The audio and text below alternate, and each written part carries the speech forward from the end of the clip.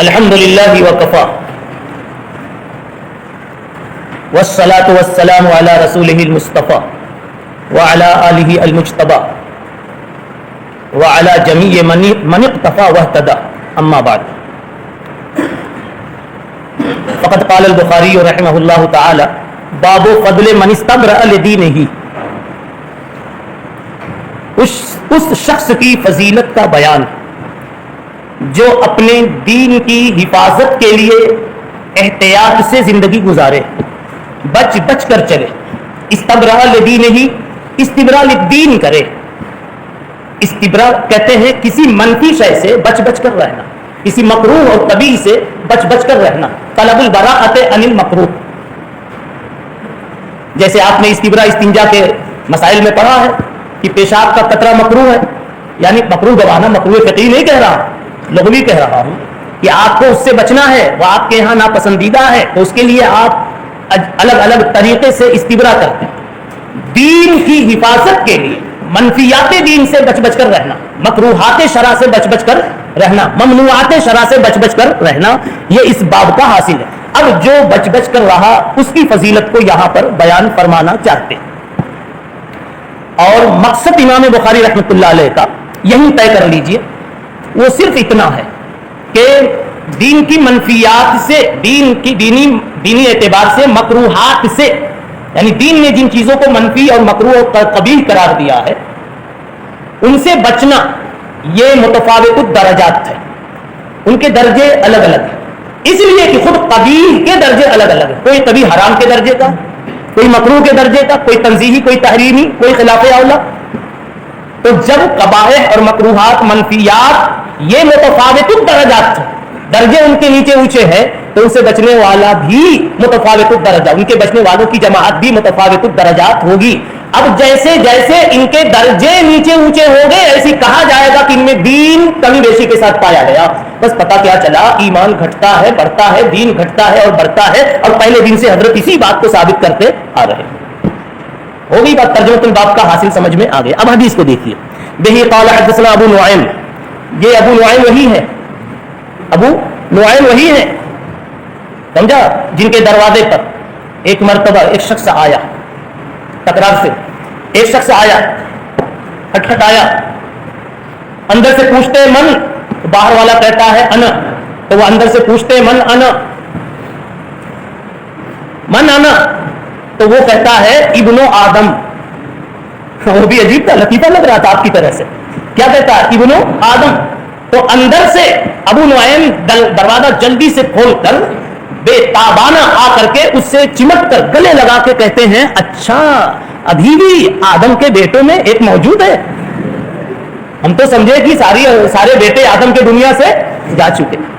یہ بتا کر یہ بتانا ہے کہ یہ ذرا مزاحی طبیعت کے تھے، خشک نہیں تھے، اور پھر ان کی محدثیت اور ثقافت، ان کا ضبط و اتقان، حافظہ وغیرہ اتنا مضبوط تھا کہ امام احمد ابن حنبل اور ابن معین، یہ دونوں حضرات ایک مرتبہ ایک محدث شیخ عبد الرزاق سے ملنے کے لیے گئے، تو ادھر ہی یہ بھی تھے، ابو نعیم جن کا نام ہے فضل ابن دکین، یہ بھی گئے۔